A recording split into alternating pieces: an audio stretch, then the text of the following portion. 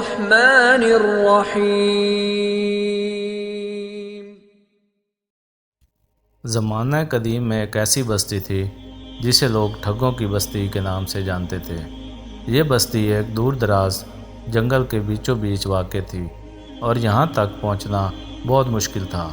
جو لوگ کسی وجہ سے یہاں آ جاتے وہ واپس نہیں جا پاتے تھے۔ اس بستی کے لوگوں کا ایک ہی پیشہ تھا، ٹھگنا، دھوکہ دینا اور مسافروں سے لوٹ مار کرنا۔ بستی کا راز اور یہاں کے ٹھگوں کا طریقہ کار۔ ٹھگوں کی بستی کے لوگ ظاہری طور پر مہمان نواز اور سادہ مزاج نظر آتے تھے، مگر دراصل وہ چال باز اور شاطر تھے۔ یہ لوگ اپنے علاقے میں آنے والے مسافروں کو کبھی بھٹکنے کا بہانہ بنا کر تو کبھی ہمدردی کے تحت ان سے دوستی بنا لیتے تھے۔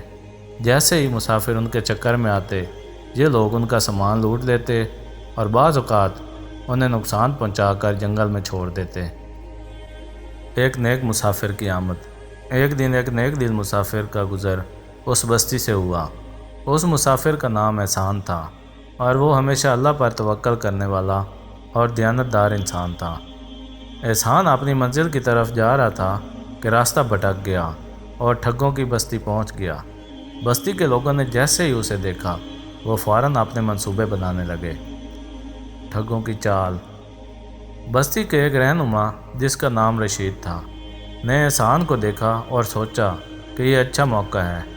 رشید نے اپنے ساتھیوں سے کہا، یہ آدمی ہم پر اعتماد کر رہا ہے اور ہم اسے مہمان کی طرح رکھیں گے۔ جب یہ مطمئن ہو جائے گا تو ہم اس کا سامان لے کر اسے چھوڑ دیں گے۔ چنانچہ ٹھگوں نے احسان کو اپنے گھر میں ٹھہرایا، اسے کھانا دیا اور مہمان نوازی کا بہترین مظاہرہ کیا۔ احسان کی پاک دلی اور توکل۔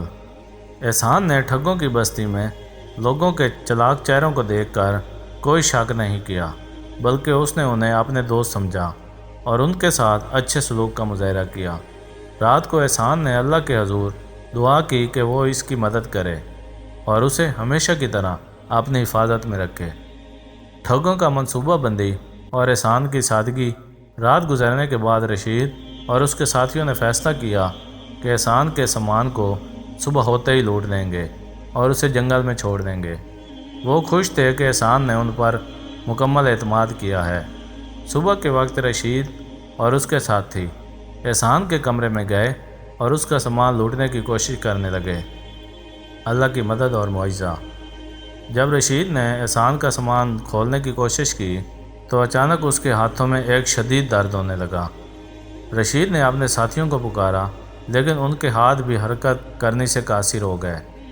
احسان نے جب یہ منظر دیکھا تو اسے سمجھ گیا کہ اللہ نے اس کی مدد کی ہے۔ احسان نے ٹھگوں کو بتایا کہ جو کچھ ہوا وہ اللہ کے حکم سے ہوا ہے، کیونکہ وہ اپنے مخلص بندوں کی ہمیشہ مدد کرتا ہے۔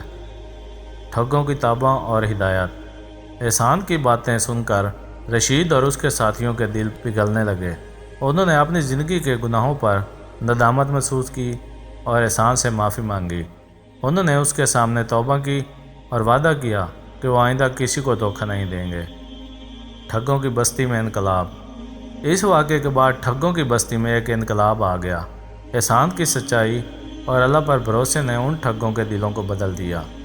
بستی کے لوگوں نے اپنے پرانے کام چھوڑ دیے اور ایمانداری کی زندگی گزارنے کا عزم کیا۔ احسان کے چلے جانے کے بعد وہ بستی ٹھگوں کی بستی کی بجائے ایمانداروں کی بستی کہلانے لگی۔ لوگوں نے اپنا پرانا طرز عمل چھوڑ کر ایماندار اور دیانتدار زندگی گزارنے کا فیصلہ کیا۔ سبق اور پیغام۔ یہ کہانی ہمیں سکھاتی ہے کہ انسان کو ہر حال میں اللہ پر توکل کرنا چاہیے، کیونکہ اللہ ہمیشہ اپنے نیک بندوں کی مدد کرتا ہے۔ اس کہانی میں یہ سبق بھی ملتا ہے کہ سچائی اور دیانتداری سے انسان دوسروں کے دل جیت سکتا ہے اور کسی کی اصلاح بھی کر سکتا ہے۔ اگر آپ کسی پر احسان کریں تو کبھی بھی بدلے کی توقع نہ رکھیں، کیونکہ اللہ ہر احسان کا اجر دینے والا ہے۔ تو دوستوں، آپ نے بہت سارا خیال رکھیے گا۔ ملتے ہیں اگلی ویڈیو میں، تب تک کے لیے اللہ حافظ۔